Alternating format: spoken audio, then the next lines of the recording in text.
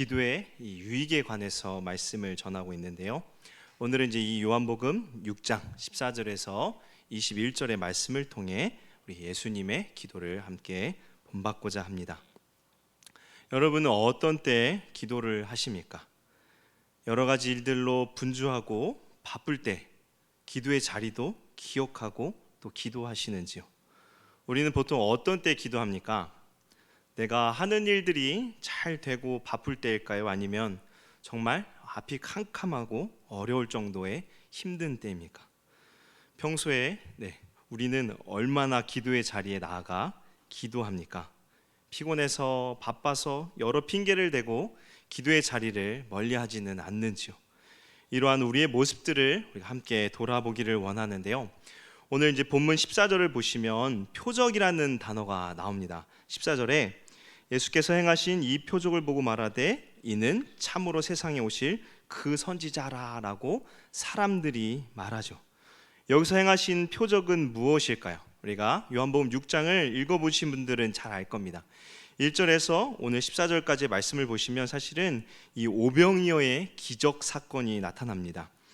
이 대단한 기적을 모르는 사람이 없겠죠. 예수님께서 떡 5덩이와 물고기 2마리로 5,000명, 그러니까 실제로 따지면 2만 명가량이 넘는 사람들을 먹이고도 12바구니가 남은 기적의 사건입니다. 아주 적은 양의 양식을 가지고 2만 명이 넘는 이 사람들이 먹고 남은 기적이 일어난 것입니다. 이 기적을 경험한 유대인들은 예수님이 세상에 오실 그 선지자라고 놀라며 말했는데요. 왜 이렇게 얘기했을까요? 이스라엘 백성들, 이 유대인들은 예수님의 기적을 보자마자 신명기에 있는 말씀이 기억난 것입니다. 모세는 이 신명기 18장 15절에 자기와 같은 선지자가 나타날 것이다 라고 예언하죠. 그리고 유대인들은 신명기에 말씀하는 이 선지자를 이 예수님과 동일한 사람으로 여긴 것입니다. 모세는 과거에 이스라엘 백성들을 출애굽시키면서 광야에서 만나를 내리게 하여 그들을 먹였습니다. 아무것도 없는 광야에서 이스라엘 백성들을 배부르게 먹였던 것입니다. 그런데 오늘 예수님께서도 모세의 이 만나 기적처럼 오병이어의 기적을 베푸신 것입니다. 예수님의 기적으로 인해 수많은 사람들이 배불리 먹게 된 것이죠. 그리고 이 기적을 행한 때는 이 앞에 요한복음 6장 4절에 보시면 유월절 즈음이라고 말씀합니다. 유월절은 무엇을 기념하는 날입니까? 유월절은 이스라엘이 출애굽을 기념하는 것이죠. 즉 이스라엘의 구원을 기념하는 날에 예수님께서는 모세가 베풀었던 기적을 이 유대인들에게 베푸심으로 모세의 말씀과 모세를 연상케 한 것입니다. 이 기적을 경험한 유대인들은 예수님이 어떠한 분이라고 인식하게 된 것입니까? 예수님이 메시아이시구나 하고 알게 된 것입니다. 그렇죠. 당시 유대인들이 예수님을 메시아로 이해한 것은 바르게 깨달은 것이에요. 왜냐하면 예수님께서는 스스로가 메시아이심을 보이시기 위해서 이 오병이어의 기적을 베푸셨기 때문입니다. 그러나 당시 우리가 계속해서 알지만 유대인들이 기대하는 메시아는 성경에서 말씀하는 메시아가 아니었습니다. 그들은 이 정치적인 메시아, 즉 로마로부터 구원하고 세계의 지배자가 되어서 온 땅을 점령하여서 이제 새 시대를 열어줄 메시아를 기대하고 소망했던 것입니다. 식량의 문제를 해결해 주시는 예수님을 보자 유대인들은 자신들이 기대하던 이 메시아가, 자신들의 의식주의 문제를 해결하여 주시는 메시아가 나타났다고 흥분한 것입니다. 당시 이제 로마 식민지 치하에 있던 유대인들은 이 로마 정부의 이 등에 힘입은 이 권력자들과 세리들의 수탈로 매우 어려운 생활을 하고 있었습니다. 이러한 어려움에 더해서 빈부격차까지도 급속하게 커지는 상황이 되자 사람들은 매우 불안하였고, 그래서 이 로마 세력을 몰아내고 새로운 임금이 등장해야 한다는 이 생각이 사람들의 마음을 지배하게 된 것입니다. 그런데 예수님의 이 기적을 본 유대인들은 예수님이야말로 그들이 원하는 임금에 적합한 사람이라고 여기게 된 것입니다. 그래서 그들은 예수님을 자신들의 임금으로 삼고자 하였죠. 그래서 예수님께서 어떻게 하십니까? 우리 15절 말씀인데요. 15절 말씀 함께 6장 15절 말씀 함께 읽겠습니다. 그러므로 예수께서 그들이 와서 자기를 억지로 붙들어 임금으로 삼으려는 줄 아시고 다시 혼자 산으로 떠나 가시니라. 오병이어의 기적을 체험한 유대인들이 열광적으로 예수님을 붙잡고 자신들의 왕으로 세우려고 하자 예수님은 혼자 산으로 떠나 가셨다고 말씀합니다. 예수님께서 혼자 산으로 떠나가신 이유가 무엇일까요? 하나님이신 예수님이셨지만 동시에 예수님은 인간이셨습니다. 인간이신 예수님도 분명 유혹이라는 것이 있죠. 이 오병이어의 기적을 체험한 2만 명의 무리가 2만 명이면 정말 엄청나게 많은 무리지 않습니까? 이 2만 명의 무리가 환호하며 예수님의 이름을 연신 외쳐대고 예수님을 이 자신들의 임금으로 삼고자 할 때 예수님이라고 해서 이 유혹을 이겨내는 것이 쉬웠을까요? 이 당시 얼마나 열광적이었던지 이제 마태복음 14장 22절에 보시면 예수께서 즉시 제자들을 재촉하사 자기가 무리를 보내는 동안에 배를 타고 앞서 건너편으로 가게 하시고 라고 말씀해요. 마가복음 6장에도 동일하게 말씀하는데요, 예수님께서 즉시 재촉하여서 제자들을 보내는 것을 볼 수 있습니다.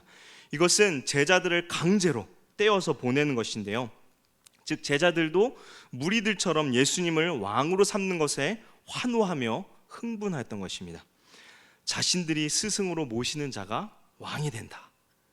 비록 자신들이 왕이 되는 것은 아니지만 예수님이 왕이 된다면 그들의 선택이 옳은 것이고 이를 통해 자신들도 영광의 자리를 누리게 되지 않겠습니까? 그래서 제자들은 더 머물면서 이러한 열광적인 순간들을 더 누리고 싶었던 것입니다. 그러나 예수님은 어떻게 하셨습니까? 제자들을 즉시 무리에서 분리시켰어요. 예수님께서는 제자들이 이 잘못된 메시아관에 동조하게 될까봐 제자들을 강제로 떠나게 하신 것입니다. 그리고 예수님도 즉시 무리들과 자신을 분리시키고 혼자 산으로 가셨다고 오늘 본문 15절에 말씀하는 것입니다.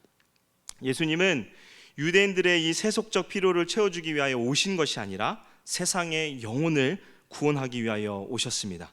예수님도 유혹에 넘어가지 않기 위하여 혼자 산으로 가신 것입니다. 그리고 산에 가서 무엇을 하셨을까요? 이 같은 사건이 기록되어 있는 마태복음 14장 23절에 보면 이렇게 말씀합니다. 무리를 보내신 후에 기도하러 따로 산에 올라가시니라. 저물매 거기 혼자 계시더니. 무엇을 하러 혼자 산으로 올라가셨습니까? 기도하러 가신 것입니다. 세상의 최고의 권력과 명예인 이 왕이 된다는 것, 이 유혹보다 더 달콤한 유혹이 있을까요? 세상의 역사들을 보면 왕이 되기 위해서, 권력을 차지하기 위해서 얼마나 많은 전쟁과 싸움들이 벌어집니까? 우리도 이제 내년에 대통령 선거가 있잖아요. 여당, 야당 대표를 뽑는 자리부터 얼마나 시끌시끌합니까? 뉴스를 보면 코로나 아니면 대선이에요. 그렇죠? 이 자리가 그만큼 중요하고 매력적인 자리이기에 그렇지 않겠습니까? 분명 예수님이나 제자들에게도 그랬을 것입니다. 그러나 예수님께서는 이러한 유혹을 이기시기 위하여 어떻게 하셨습니까? 기도하러 가셨습니다. 하나님이시자 인간이신 우리의 구원주 예수님께서도 이 유혹을 이기시기 위하여 기도하러 가신 것입니다. 오늘 본문 15절 하반절도 보시면 다시 혼자 산으로 떠나가셨다고 말씀하죠. 여기서는 두 단어를 강조하는 것을 볼 수 있는데 그것은 다시라는 단어와 혼자라는 단어입니다. 다시는 무엇을 뜻하는 것입니까? 전에도 그랬다는 것을 뜻하죠. 즉 예수님께서는 습관처럼 그러하셨다는 것입니다. 그 습관이 무엇입니까? 산에 기도하러 가신 것이죠. 예수님께서는 이 거대한 유혹을 물리치고자 전에 그러하셨던 것처럼 기도하러 가신 것입니다. 그리고 예수님은 성부 하나님과 깊은 교제를 갖기 위해 제자들과 함께 간 것이 아니라 혼자 가셨다고 15절에 말씀하죠. 홀로 하나님을 만난 것, 이것은 어찌 보면 외롭고 고독한 것일 수 있지만 예수님은 세상을 뒤로하고 하나님 앞에 홀로 나아가 기도함으로 이 세상의 유혹을 이겨내며 하나님의 의인, 이 십자가의 구속을 이루실 수 있었던 것입니다. 이것이 바로 예수님께서 우리에게 보여주는 기도의 모습인 것입니다. 그래서 예수님께서도 마태복음 6장 6절에 이렇게 말씀합니다. 우리 6장 6절 말씀 함께 읽겠습니다. 너는 기도할 때 내 골방에 들어가 문을 닫고 은밀한 중에 계신 내 아버지께 기도하라.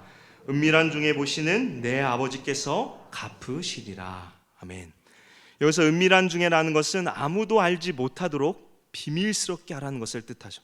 예수님께서는 이렇게 은밀한 중에 하나님께 나아가 기도할 때 하나님의 임재를 경험하며 깊은 교제의 기쁨을 누릴 수 있다고 말씀하시는 것입니다. 우리는 얼마나 홀로 하나님께 은밀한 골방에 나아가 기도하고 있습니까? 혼자 기도하는 것이 익숙하지 않은 사람은 혼자라는 것을 상당히 두려워합니다. 왜냐하면 자신의 모습을 성찰하다가 자신의 진실된 모습을 마주하고는 인해 회의와 걱정과 원망 등으로 끝나고 말기 때문입니다. 특히나 지금 시대에는 세상을 뒤로하고 홀로 기도하는 것이 더 어렵게 느껴질지도 모를 것 같습니다. 요즘은 이제 1인 가구, 이제 가전은 물론이고 생필품 등이 1인 가구를 겨냥한 품목들이 계속해서 매출이 상승하고 있다고 합니다. 이렇게 보면 혼자 있는 것, 외로움과 고독을 즐기는 것 같지만 전혀 그렇지 않아요. 혼자 있을 때 무엇을 하고 있습니까? 끊임없이 소통하고 있죠. SNS, 그렇죠? 카톡이나 여러 가지, 아니면 게임을 하거나 인터넷을 하거나 유튜브를 보죠. 그래서 가장 두려운 것은 손에 핸드폰이 없을 때하고 인터넷이 터지지 않는 곳에 혼자 있을 때입니다. 혼자 있는 것 같지만 전혀 그렇지 못한 고독과 외로움을 극도로 두려워하는 시대, 영적으로 너무나도 피폐해져 있는 시대를 살고 있는 우리들에게 주님께서는 그러한 것들을 내려놓고 홀로 하나님께 나와 기도하라고 말씀합니다. 그리고 그 기도의 자리만이 하나님의 능력을 경험할 수 있고 유혹과 시험을 능히 이겨낼 수 있다고 말씀합니다. 고독하고 외롭다고 느껴지는 그 자리에 나와 기도할 때 하나님께서는 함께 하시어 우리를 짓누르는 이 무거운 염려와 불안, 문제들을 이겨낼 힘을 주신다고 말씀하고 있는 것입니다. 그렇게 우리는 홀로 하나님께 나아가 기도해야 합니다. 혹시 우리가 기도의 자리로 나아가지 못하도록 방해하는 것들이 있습니까? 있다면 그것들을 내려놓고 기도하는 우리 모두 되기를 바랍니다. 우리는 기억해야 합니다. 하나님께 홀로 나아갈 때 하나님께서는 세상이 채워줄 수 없는 이 평강과 부유함으로 우리 영혼을 채워주십니다. 그럴 때 비로소 우리는 믿음의 눈으로 우리의 문제들을 보게 되고 문제보다 더 크신 하나님을 의지하여 승리하게 되는 것입니다. 이것을 믿으시기 바랍니다. 이러한 예수님과는 다른 이제 제자들의 모습을 살펴보겠습니다. 오늘 본문에는 제자들이 바다로 간 이유가 설명되어 있지 않지만 앞에서 말씀드렸듯이 이 마태복음과 마가복음을 보면 예수님께서 제자들이 이 무리의 요구에 휩싸이지 않도록 하기 위해서 강제로 배를 타고 요한복음에는 가버나움으로 가도록 하였습니다. 제자들이 배를 타고 바다를 건너는데 때는 밤이었어요. 17절에 보시면 배를 타고 바다를 건너 가버나움으로 가는데 이미 어두웠고 예수는 아직 그들에게 오시지 아니하셨더니라고 말씀합니다. 제자들은 예수님 없이 갈릴리 바다를 건너가고 있었습니다. 그런데 제자들이 바다를 건너갈 때 어떠한 일이 일어났습니까? 18절에 보시면 큰 바람이 불어 파도가 일어나더라라고 말씀하죠. 이 병행 본문, 같은 이 사건이 기록된 마태복음 14장 24절에도 이렇게 말씀합니다. 배가 이미 육지에서 술이나 떠나서 바람이 거스름으로 물결로 말미암아 고난을 당하더라. 제자들에게 위기가 닥쳤음을 말씀하고 있는 것입니다. 배는 이미 육지에서 멀리 떠나 바다 한가운데 떠 있었어요. 그런데 큰 바람이 불자 파도가 크게 일어나 배가 뒤집힐 위기에 빠지게 된 것입니다. 그리고 마태복음 14장을 보니까 밤 사경쯤이라고 시간을 이야기하죠. 이게 몇 시인가 하면 새벽 3시에서 6시 사이를 이야기해요. 밤에 배를 타고 떠나기 시작했는데 새벽이 되어서도 그들은 여전히 바다 한가운데서 벗어나지 못하고 있는 것입니다. 서로의 얼굴도 확인할 수 없는 이 칠흑 같은 밤에 풍랑으로 인해서 배가 곧 뒤집힐 것 같은 이 극심한 두려운 상황을 이제 만나게 된 것이죠. 제자들 가운데 바다를 경험한 자라도 이러한 위기를 극복하는 것은 결코 쉽지 않을 것입니다. 그래서 마태복음 14장 24절에는 제자들이 고난을 당하고 있다고 말씀하는데요. 제자들이 당한 고난은 이 산모의 고통과 비견될 만큼 극심한 고난이었던 것입니다. 그렇다면 왜 이렇게 큰 바람을 맞게 된 것일까요? 왜 하나님께서는 제자들에게 이러한 큰 바람을 보내셔서 위기를 당하게 하신 것일까요? 여기에는 두 가지 이유가 있습니다. 첫째는 이 제자들의 마음 때문이었습니다. 마가복음 6장 52절에 보시면 제자들의 마음 상태를 확인할 수 있는데, 이는 그들이 그 떡 떼시던 일을 깨닫지 못하고 도리어 그 마음이 둔하여 졌음이로라 라고 말씀합니다. 이 제자들은 오병이어 기적 사건 때 가졌던 이 허영심, 유혹에서 벗어나지 못했던 것입니다. 예수님께서 무리들로부터 분리시켜 그들을 이 세속적인 메시아관에 물들지 못하도록 하셨지만, 제자들은 그 마음에 예수님을 향한 이 욕망과 유혹이 있었던 것입니다.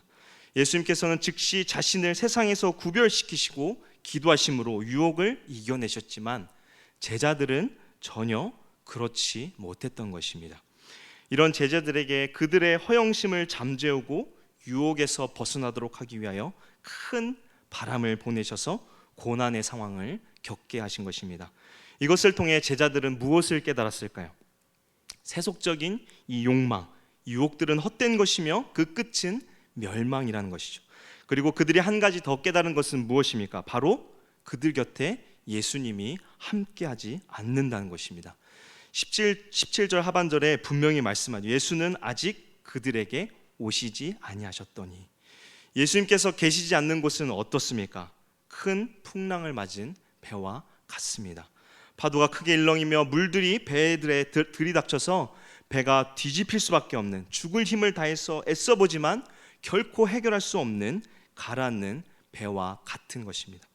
제자들에게 또 큰 바람을 맞게 한 두 번째 이유는 예수님께서 메시아 되심을 이 제자들에게 드러내기 위함입니다. 이 세속적 욕망과 허영심으로 이 절체절명의 고난을 당하는 제자들과는 다르게 예수님께서는 어떻게 하셨습니까? 기도하셨고 제자들이 바다 한가운데 큰 풍랑을 만나 큰 위기를 겪고 있음을 아셨습니다. 그리고 어떻게 제자들에게 나타나시나요? 19절인데요. 우리 19절 말씀 함께 읽겠습니다. 요한복음 6장 19절입니다. 제자들이 노를 저어 심리쯤 가다가 예수께서 바다 위로 걸어 배에 가까이 오심을 보고 두려워하거늘. 제자들을 만나러 바다 위를 걸어 오셨습니다. 그리고 예수님을 본 제자들은 얼마나 놀랐는지 두려워했다고 말하죠. 여러분, 어두운 밤, 배가 곧 뒤집힐 것 같은 큰 풍랑이 있는 바다 위에 예수님이 걸어오신다는 것을 여러분 상상해 수 있을까요? 지금 우리들은 이제 성경을 보고 그런가 보다 하겠지만 제자들은 이 상황을 결코 예상할 수 없었습니다. 그래서 마태복음 14장 26절에는 제자들이 그가 바다 위로 걸어오심을 보고 놀라 유령이라 하며 무서워하여 소리를 질렀다라고 말씀하죠. 유령이라고 무서워했습니다. 사람이 물 위를 걷는다는 것을 누가 상상이나 했겠습니까? 그런데 예수님께서는 제자들이 상상하는 것 이상으로, 기대하는 것 이상으로 나타나셔서 그들을 위기에서 건져주시는 것입니다. 예수님께서 어떻게 이렇게 물 위를 걸으셨을 수 있을까요? 우리는 예수님이시니까 라고 생각할지 모르겠습니다. 그런데 예수님께서는 이 기적을 행하시기 전에 기도하셨음을 우리는 기억해야 합니다. 예수님께서는 세상의 유혹을 이기시기 위해 기도하셨고 또한 제자들을 도우시기 위하여 기도하셨던 것입니다. 사람이신 예수님께서는 기도로 성령 충만하여 하나님의 능력인 신성으로 제자들에게 나타나신 것입니다. 그리고 제자들이 두려워하실 것을 아시고 이렇게 말씀하시죠. 20절에 이르시되 내니 두려워 말라 하신대. 공경에 처하여 두려움 가운데 있던 제자들은 물 위로 걸어오시는 예수님을 보고도 심히 두려워했어요. 왜냐하면 그들의 마음이 잘못되어 있기 때문이죠. 그들은 예수님을 바르게 이해하지 못했고 그저 자신들의 욕망과 허영으로만 예수님을 바라보고 믿었습니다. 그래서 물 위를 걷는 예수님을 보고도 그들은 믿지 못하고 마음에 두려움만 있었던 것입니다. 예수님께서 물 위를 걷는 모습은 사실 무엇을 보여주는 것일까? 그것은 곧 예수님께서 하나님이심을 보여주는 것입니다. 이 출애굽 사건에서 우리가 10가지 재앙과 더불어 기억하는 기적이 하나 더 있는데 무엇일까요? 그것은 홍해를 건너가는 사건이죠. 물이 두 곳으로 갈라져서 마른 바닥을 건넜던 기적입니다. 모세 말고도 구약에는 이러한 사건을 경험한 이들이 더 있죠. 누구 있을까요? 네, 여호수아도 있고요, 엘리야와 엘리사도 있습니다. 이들은 모두 물이 갈라지는 사건에 참여한 인물들이에요. 그러나 구약에서 아무도 물 위로 걸었던 이가 없었습니다. 구약에서 물 위를 걸으신 이는 오직 하나님밖에 없어요. 그래서 욥기 9장 8절을 보시면 그가 홀로 하늘을 펴시며 바다 물결을 밟으셨다라고 말씀합니다. 물 위를 걷는 것은 오직 하나님만이 하실 수 있는 일이에요. 그리고 예수님께서 풍랑의 파도 위를 잔잔하게 걸어오셔서 제자들을 구원하신 것입니다. 이것은 무엇이에요? 예수님께서 하나님이심을 이 제자들에게 계시하신 것입니다. 세속적인 욕심과 허영으로 가득했던 제자들은 예수님께서 참 하나님, 참 구원자이심을 깨닫지 못했고 자신들을 구원하시는 이 예수님을 통해 비로소 예수님께서 하나님의 아들이심을 알게 된 것입니다. 그리고 예수님께서 배에 도착하자 21절에 보시면 놀랍게도 그들이 가려던 땅에 곧 도착하게 됩니다. 오늘 말씀은 사실 예수님께서 참 하나님이심을 제자들과 또 말씀을 읽는 우리들에게 계시하는 말씀입니다. 그리고 기도라는 능력이 얼마나 대단한지를 보여줍니다. 거대한 유혹 앞에 예수님과 제자들은 다른 모습을 보여주었죠.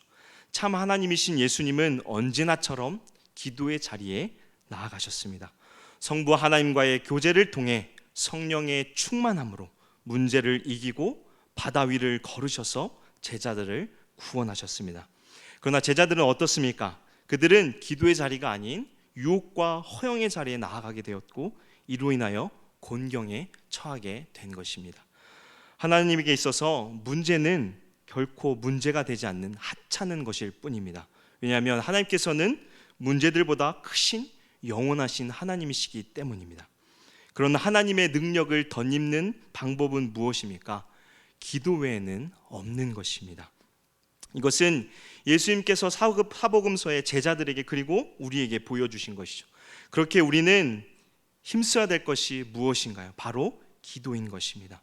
우리가 기도할 때 우리는 예수님처럼 문제를 이기고 그 문제에서 밑으로 내려다보게 되는 것입니다. 이것이 무슨 뜻인가요? 우리가 기도를 통해 영원하신 하나님을 경험한다면 우리에게 직면한 문제들은 영원하신 하나님 앞에 아주 작은 사소한 것들이라는 것을 깨닫게 되는 것입니다.